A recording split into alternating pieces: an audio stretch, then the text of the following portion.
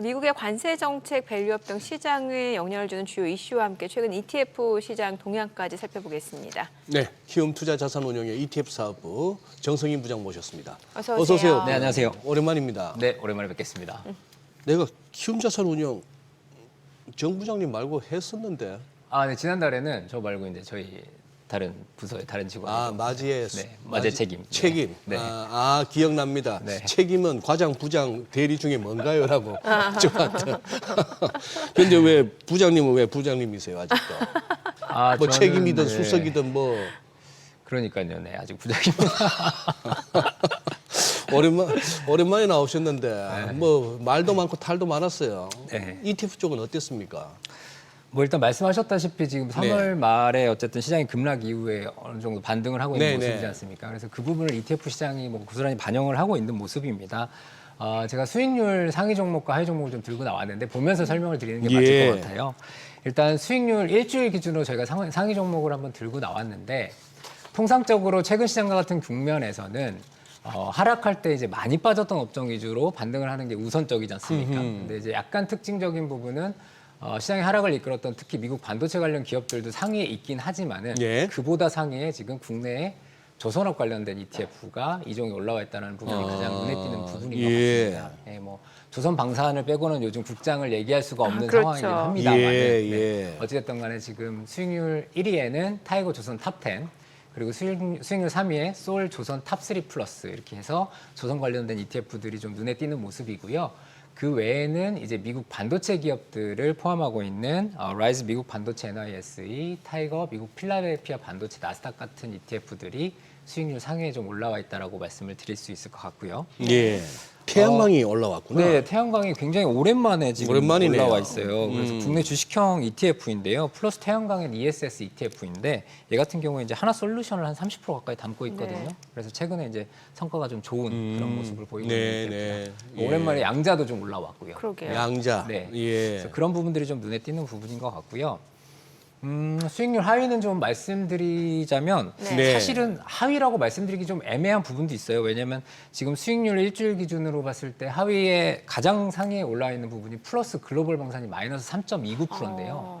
그 외의 종목들은 대부분 다 지금 뭐 마이너스 1%대의 수익률, 손실률을 기록을 하고 있기 때문에 예. 사실 수익률 하위에 오르기엔 좀 약간 부끄러운 부분이 있겠지만은 저 한 주간 동안의 수익. 네네 일주일 수익이기 때문에 네네. 실질적으로 뭐 손실을 낸 ETF들이 이렇게 많지 않다 이렇게 보는 게 맞으실 것 같습니다. 네. 앞서 보니까 이제 ETF 중에서도 조선 쪽이 성과가 좋았던 것 같은데 뭐 조선뿐만 아니라 지금 관세의 영향을 좀 덜 받고 아니면 좀 반사이익이 기대되는 섹터가 뭐 조선 방산 있고 아니면 무풍지대가 엔터로 좀 꼽히고 있고 오늘도 보니까 이제 엔터 쪽 움직임이 좋은데 관련 ETF 성과도 좀 알려주세요. 네, 뭐 말씀하신 바와 같이 일단은 관세 무풍지대라고 표현을 네. 하는데 일단 조선 방산은 확실하게 꼽히는 네. 것 같습니다. 네. 그래서 이제 추가적으로 뭐 엔터나 원자력 등이 꼽히는데 그래서 요즘 시장에서는 뭐 조방원, 조방N 뭐 이런 식으로 조방원 예, 조선 방산 원자력. 그리고 조방 조방 N. N, 조선 엔터. 방산 엔터 뭐 이렇게 해서 이런 용어들을 예. 또 애널리스트 분들이 좀 사용을 하시긴 하시는데 예. 그만큼 뭐 시장에 관심이 좀 높으신 것 같고요. 관련된 ETF들의 성과도 굉장히 눈에 띄는 모습입니다. 그래서 조선 관련된 ETF는 제가 앞서도 말씀을 드렸지만 일단 소울 조선 탑3 플러스 ETF, 타이거 조선 탑10 ETF가 그 연초 이후 수익률인 맨 오른쪽에 이제 YTD 수익률을 저희가 표기를 했는데 50% 이상의 수익률을 기록을 하면서 굉장히 뜨거운 관심이 이어지고 있는 상황이고요. 1개월 수익률은 오히려 방산보다 조선이 지금 좋은 상황이고요. 네. 그리고 방산 같은 경우에 이제 올해 가장 큰 화두인 것 같습니다. 그래서 방산 같은 경우에 국내 지금 가장 대표 ETF가 한화자산운용의 플러스 K 방산 ETF거든요. 그래서 이 ETF 같은 경우에 지금 YTD 수익률이 거의 100%에 육박을 하고 있다 보니까 네. 굉장히 큰 폭의 상승을 이어나가고 있고 그 외에 소울 방산 ETF도 있는데 지금 두 개 종목이 약간의 수익률 격차가 좀 있어요 보면은. 그래서 그 이유를 좀 뜯어보면 일단 플러스 K 방산은 한화 에어로스페이스가 25%고 한화 오션이 20%가 들어가 있어요. 그래서 이제 탑2 종목이 그 두 종목인데 솔 K 방산 같은 경우에는 LIG 넥스원이 11%, 하나 시스템이 10% 이렇게 들어가 있다 보니까 이 상위 종목에 좀 차이가 있다 보니까 아무래도 수익률의 격차가 좀 있습니다. 그래서 제가 이제 투자자분들께 말씀드리고자 하는 부분은 예를 들어서 방산 ETF를 투자하시더라도 꼭 관련된 ETF에 해당해서 홈페이지에 들어가셔가지고 네. 종목이나 지수 방법론에 대해서는 꼭 한번 보시고 투자를 하시는 걸 좀 권유를 드리고 있습니다. 네. 네, 부장님, 예. 저 복수 좀 할게요. 저 앞에 타이거자가 저 미래색 아닙니까? 네, 그렇습니다. 소울이 신한이고 네. 하나로는 하나로마트 생각하시면 되니까 저거 NH NH 아문디인데 네. 에이스가 어디였죠? 한투입니다. 한투 한국투자 네. 플러스가 한화? 한화자산입니다. 근데 지금 오늘 보여주시는 수익률 상위나 뭐나에 왜 키움이 안 보여요? 그냥 항상 이 원고 작성할 때마다 네. 키움이 안 보일 때마다 약간 트라우마성으로 이제 소장님이 이제 또 말씀하시겠구나라는 생각을 하고 나오는데 예. 네, 뭐 안타깝게도 관세 무풍지대가 없어가지고 네, 지금 네, 조방 1이나 조방 N이 없다 보니까 네, 제가 오늘 그동안 주로 어느 쪽으로 그러면 키움에서는 어떤 쪽으로 저희는 이제 국내 줄여가실게요? 주식형이나 채권형들이 좀 라인업이 많이 되어 있고요. 채권 쪽에. 예, 채권형이 좀 많이 되어 있다 보니까 좀 그 부분이 좀 비켜나가고 있고요. 이제 어찌됐든 간에 이제 방송이기 때문에 공정성을 기해서 이제 타사 ETF까지 투자자분들께 이제 좋은 정보를 드려야 되기 때문에 팩트 근거로. 아니 그렇습니다. 객관성 측면에서는 정 부장님이 제일 객관적이세요. 네, 예전에 항상, 네. 예전에 해보면은 신한에서 나오시는 그 우리 그분 박선임 성함 부장님. 예, 그분은 보면 늘 소울만 많은 걸로 막 이렇게 가져오시더라고. 네, 작가님이 항상 주의를 주십니다. 네.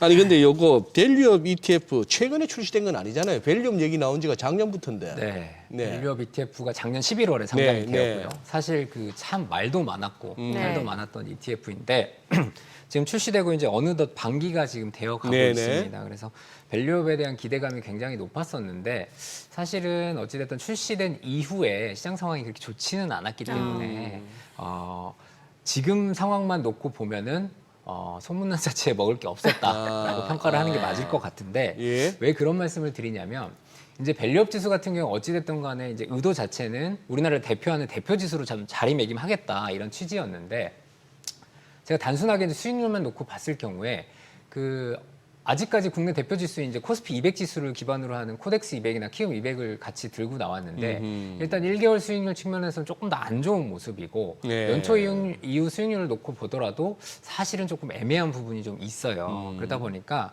지금 이제 200 같은 경우에는 말 그대로 코스피 200 종목을 담고 있고 아하. 밸류업 같은 경우에는 지금 106개 종목, 코스닥 한 25개까지 포함되어 예, 있거든요. 예. 그럼에도 불구하고 이제 수익률 격차가 벌어지지 않고 있기 때문에 아직까지는 밸류업 ETF가 자리를 잡지는 못했다 이렇게 보시는 게 좀 정확한 표현일 것 같습니다. 네.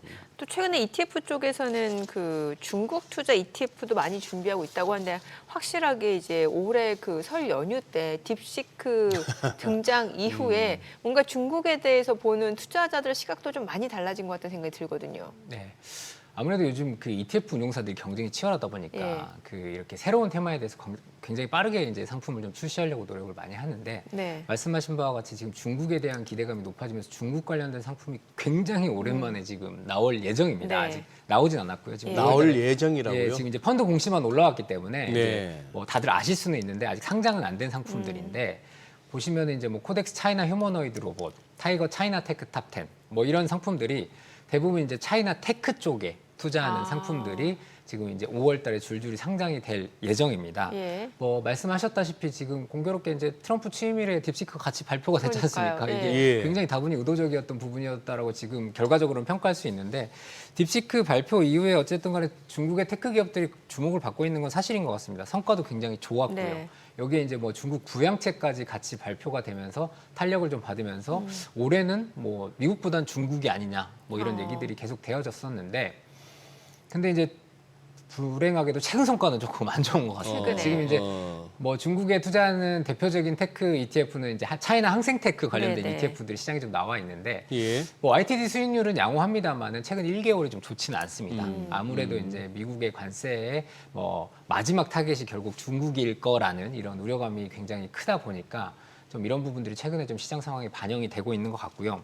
또 하나는 이제 딥시크 기반으로 중국 기업들이 굉장히 주목을 받으며 주가가 많이 올랐는데 사실 이 딥시크 이슈 하나만으로 뭐 시장 자체가 뭐 리레이팅을 받기에는 조금 부담이 좀 있지 않습니까? 예. 그래서 이제 추가적인 좀 재료들이 좀 나와야 되는 상황이고 뭐 앞서 말씀드린 관세 전쟁에 대한 부담도 좀 있기 때문에 이런 부분들이 조금 아직까지는 부담으로 작용을 하고 있고 다만 그 중국의 부양책이나 적극적인 어쨌든 시장 부양의 의지는 지금 계속해서 얘기가 나오고 있기 때문에 최근에는 또 중국의 그 소비 시즌이 이제 본격적으로 개막이 되거든요. 네. 특히 이제 5월 하면은 그 중국 같은 경우에는 노동절 연휴가 굉장히 길어요. 우리나라도 연휴가 있지만은 그래서 이제 그 본격적인 소비 시즌이 다가왔고 최근에 그 명동에 가보면요 중국인 단체 관광 정말 많이 들어와요 우리나라에. 그만큼 이제 내수에 대한 부양이 조금 어느 정도 되고 있는 상황인 것 같은데 그런 부분들을 반영해서 또 중국 내수 시장 소비자 기업에 투자하는 ETF도 있습니다. 저희 키움 투자자산운용에서 운영하고 있는 키움 차이나 내수소비 탑 CSI ETF인데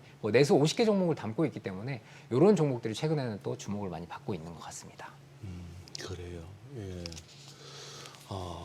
근데 어떻게 저기 한 5월에 이제 많이 나온다고요? 네, 5월에 지금 다 상장이 예정되어 있습니다. 네. 그래서 지금 상장이 아직 안 됐기 때문에 그 펀드 공시만 올라왔기 때문에 정확하게 뭐 어떤 종목을 얼마만큼 담고 있습니다라는 부분은 아직 나와 있지는 않습니다. 근데 이제 어느 정도의 스킴을 가지고 있느냐 정도는 이제 언론에 좀 나와 있는데 뭐 코덱스 차이나 휴머노이드 로봇 같은 경우에는 뭐 샤오미 같은 기업들이 또 휴머노이드 로봇에 굉장히 진심이거든요 지금. 네. 그래서 그런 기업들을 주로 담고 있는 것 같고 타이거나 플러스에서 내는 이제 차이나 테크 탑 10, AI 테크 탑 10은 말 그대로 이제 빅테크 관련된 기업들에 좀 투자하는 것 같고요. 타임폴리오는 이제 액티브 ETF인데 차이나 AI 테크 액티브라고 해서 이제 중국이랑 홍콩까지 포함해서 예. 인공지능 기업들을 이제 담고 있는 그런 ETF다. 이렇게 지금 얘기가 되어지고 있습니다. 자, 저 이제 ETF 출시 시점이 항상 이제 보면 그거 한 게 저게 또 뭔가 이슈가 되거나 시장에 주목을 끌지 않으면 또 운영업계에서 ETF 출시를 뭐 그렇게 서두르지 않고 왜냐하면 해봐야 장사가 안 되니까 그러면 충분히 이해가 되는데 이제 막 시끌시끌해지고 나서 이제 나오고 나면 이제 하는 거죠. 예를 들어 지금 이것도 이제 타이밍의 문제인데 작년 말 한 11월, 12월 그때 미국 쪽으로 많이 건너가셨잖아요. 그거는 아무래도 안 좋을 거 아닙니까 수익률이. 그렇죠. 그 이전부터 쭉 일찌감치 들어가셨던 분들은 뭐 이렇게 플러스 수익률이 좀 플러스가 좀 줄었을 뿐이겠지만 작년에 어느 정도로 들어왔습니까 그 미국 쪽으로? 작년에 이제 미국 관련된 신상품들이 굉장히 많이 나왔죠. 많이 출시됐었죠. 말씀하셨다시피 예. 많이 출시됐는데 사실은 이제 미국 쪽에 나왔던 신상품들은 2024년부터 이제 AI 그러니까 결국에 AI 관련된 상품들이 나오기 시작하면서 이제 첫 번째 단계가 반도체가 나왔었고 이제 하드웨어 관련된 상품들이 나왔고 소프트웨어 관련된 상품들이 나왔는데 사실 작년 말에는 이제 소프트웨어나 아니면 뭐 사실 양자와 같은 신기술 관련된 ETF들이 좀 나왔었는데 여기는 말씀하셨다시피 이제 아무래도 뒷단에 있던 ETF이다 보니까 실적이 지금 좋지는 않아요. 성과 자체가 좋지는 않은데 근데 미국 시장의 랠리 자체가 지금 24년부터 2년 가까이 이어져 왔었기 때문에 23년부터죠 정확히는 2년 가까이 이어져 왔었기 때문에 실질적으로 미국 관련된 상품들 중에서는 수익을 많이 낸 ETF들이 굉장히 많아요. 다만 이제 작년 말에 나왔던 ETF들은 미국 시장이 이제 말미에 좀 나오다 보니까 지금으로서는 성과가 좋지는 않지만 이제 말씀하셨다시피 중국도 마찬가지긴 해요. 중국에 이제 처음 얘기 나왔던 거는 제 기억에 지금 작년 10월에 대규모 부양책 얘기가 나오면서 중국 시장이 좀 달렸던 분위기가 있었거든요. 그래서 지금 중국 시장에 지금 상품이 나와서 그러면 또 이제 관심을 끌어 상품이 나와서 그럼 시장이 좀 안 좋아질 것이냐. 사실 이런 기대감보다는 중국 시장 자체가 그동안 몇 년 동안 계속 안 좋았기 때문에 이제 다시 리레이팅이 되면서 시장에 대한 관심을 좀 가져야 될 때가 아니냐. 이런 관점에서 이제 중국 관련된 상품들이 나오기 시작하는 거거든요. 그러니까 좀 장기적인 관점에서는 사실 뭐 미국도 사실 반등한다라고 하면 가장 크게 반등이 나올 수 있는 국가는 또 미국이다라고 생각이 되어지는데 그런 관점에서 이제 ETF 상품들도 너무 단기적인 시각보다는 좀 장기적인 시각에서 바라봤을 때는 여러 가지 선택지를 지금 드리는 거기 때문에 그런 관점을 좀 봐주시면 좋을 것 같습니다.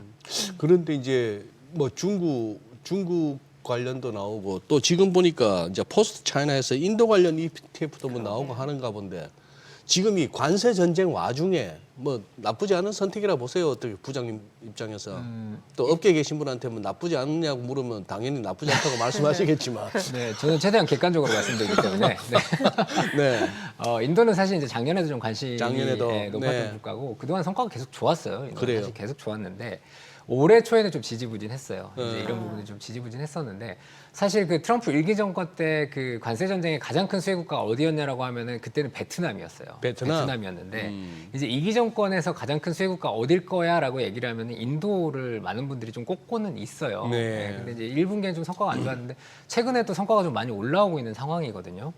아무래도 그 관세 전쟁 하면서 이제 결국 중국의 생산 기지를 다른 나라로 많이 옮겨야 되는 이 이슈가 있다 보니까 뭐 미국으로 가지 못하는 공장들은 인도로 좀 많이 갈 것이다라는 얘기들이 좀 나오고 있고 그 인도 증시가 약간 특이한 부분이 있어요. 중국은 이제 뭐 예를 들어서 베트남만 하더라도 수출에 예. 굉장히 많이 의존을 하는데 인도는 인구가 워낙 많다 보니까 네.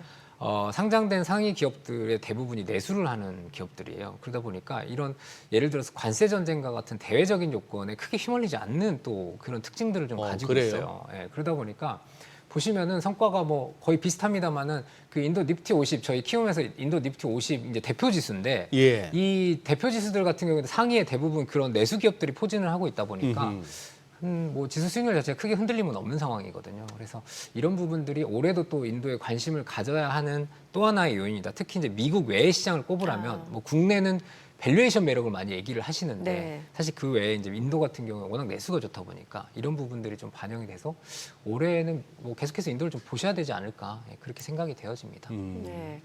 그리고 우리나라 투자자분들 유독 레버리지 좋아하는 것 같아요. 이게 레버리지 정도는 해줘야 이게 한번 수익 날 때 또 쏠쏠하니까 이번에 나스닥이라든지 미증시 조정받을 때 레버리지 ETF 많이들 매수하셨다면서요. 네, 그 소위 저희가 이제 야수의 심장이라고 야수의 표현을 심장, 하는데 예. 이제 레버리지로는 안 되고요. 3배 레버리지 정도는 해야 이제 다 레버리지도. 아, 예. 이거 좀 뭔가 이제 사이다를 마시는 기분으로 이제 하시는 것 같은데 그 제가 저희 예탁결제원에서 발표를 하는 그 해외 네. 주식 직구 데이터가 있어요. 그래서 네, 한번 네. 들고 나왔는데 최근 1개월에 국내 투자자 해외 주식 순매수 지금 탑5 들고 나왔는데 그 1위가 그 SOXL 그러니까 네. 미국의 반도체 3배 레버리지 ETF가 1개월간 약 12.2억 달러 그러니까 우리나라 돈으로 뭐 한 1.5조 원 정도 이상의 예, 순매수를 기록을 하셨어요. 근데 이제 10억 불이 1조 4천억인데. 예, 그래서 12억 불 했으니까 거의 예. 2억 불, 아니 뭐 2조 가까이 매수를 그러네요. 하셨는데 네. 3위도 나스닥 3배 레버리지예요. 예? 4억 불 정도. 예. TQQQ 이제 하셨고 예. 네. 그리고 이제 5위도 테슬라 2배 레버리지. 테슬라 예, 2배 조금 이제 약간 3배 레버리지보다는 조금 완화된 이제 2배 레버리지를 하셨는데 보시면은 SOXL이 압도적이에요. 금액은. 그러네요. 네, 압도적인 금액이고요. 예. 사실 이제 수익률 자체는 아무래도 뭐 계속해서 좀 많이 그러니까. 빠지다 보니까 이게 2월 고점 대비해서는 거의 뭐 마이너스 70%까지 갔었기 때문에 아직 좋지는 않은 상황인데 레버리지 투자는 조금 이 하락장에서는 좀 유의하셔야 됩니다. 네, 그런 부분들을 말씀드릴 수 있을 것 같습니다. 그래요. 지금 야 이거 혹시나 싶어서 인도 보니까 인도는 지금 또 고점에서 그동안 이렇게 1분기 동안 빠졌던 거에 딱 그 차트쟁이들 좋아하는 61.8%에 와 있네요. 아, 그러니 이거 열면은 이제 위로 가는 거. 이거 열면은 위로 가는 거고 예. 여기서 또 이렇게 뭐 울컥울컥거리고 있으면 이제 자꾸 이제 불안해지는 건데 그리 지금 어떻게 보면은 아까 저 누가 그러셨지 뭐 이러나 저러나 저기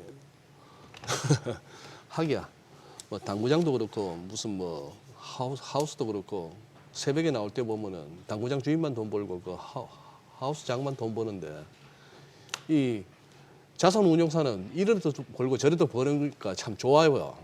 고민은 이제 투자자 몫인데. 일단 거래가 많으면 돈 버니까. 그러니까. 예. 예. 정확하게는 거래가 많으면 증권사가 돈을 벌고 증권사가 돈. 예. 저희는 잔고가 많아요 돈을 버는데 잔고가 그렇죠, 많아요. 그렇죠. 네, 그렇습니다. 네. 그러니 상품 자체는 이렇게 고객들한테 뷰대로 하세요라고 해서 이제 다양한 선택지를 갖다 이제 제공을 하고 계시잖아요. 네.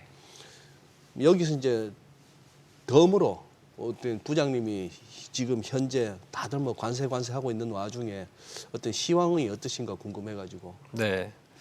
시황이라 하시면 시장 전망을 말씀하시는 거죠. 네네. 뭐 한 1, 2분. 네. 예. 1, 2분까지는 안 돼요. 1, 2분도 안 돼. 예. 20분 내로 요약해 주세요. 또 네. 참 시간을 잘 못 맞추는 것 같은데요. 네, 아무튼간에 지금 시장이 일단 이 시적 반등이 나오고 있는 건 맞기 때문에 이제 여기에서 사실 가장 주의를 해야 되는 구간인 것 같아요. 이제 관세에 대한 부분이 어쨌든 90일 유예를 줬지만 트럼프가 네. 한 발 물러서긴 했지만은 종잡을 수 없거든요. 지금 트럼프 대통령의 한마디가 시장을 계속해서 뒤흔들고 그렇죠. 있기 때문에 네. 여기서는 조금 주의를 하는 게 맞을 것 같고요. 이제 좀 시계열을 두 가지로 나눠야 될 것 같아요. 시계열. 네, 시계열 두 가지로 나눠야 될 것 같고 나는 이제 단기성 자금을 운용하시는 분들은 최대한 방망이를 짧게 잡고 급격한 하락이 나올 때마다 분할 매수를 하시면서 최근 국면에서는 만약에 하락 국면에서 분할 매수를 하신 분들은 이미 수익이 났거든요. 네. 그럼 차익 실현을 좀 하시는 게 좋을 거다라고 저는 보여지고 다만 예를 들어서 퇴직연금 같은 장기 투자를 생각하고 계시는 분들은 지금 이제 분할 매수하기 굉장히 좋은 시기거든요. 네. 그래서 빠질 때마다 계속해서 담으면서 나의 장기적인 수익률을 높여가는 방식. 그러니까 이 부분은 절대적인 진리는 없다라고 생각이 돼요. 예, 예. 어쨌든 투자자분들이 갖고 있는 개인적인 성향이나 나의 자금의 성격을 가지고 투자의 패턴을 바꿔 나가는, 만들어 나가는 게 굉장히 중요하다고 보여지기 때문에 지금은 분명한 거는 미국의 경기가 꺾이는 부분은 분명하기 때문에 좀 유의해야 되는 구간이기 때문에 그런 부분들은 본인의 자금 성격이나 어떤 투자 성향을 반영하셔가지고 투자 방법을 좀 이어가 나가시는 거를 추천을 드릴 수 있을 것 같습니다. 네. 네, 오늘 말씀 고맙습니다. 그래, 잘 들었습니다. 고맙습니다. 네, 감사합니다.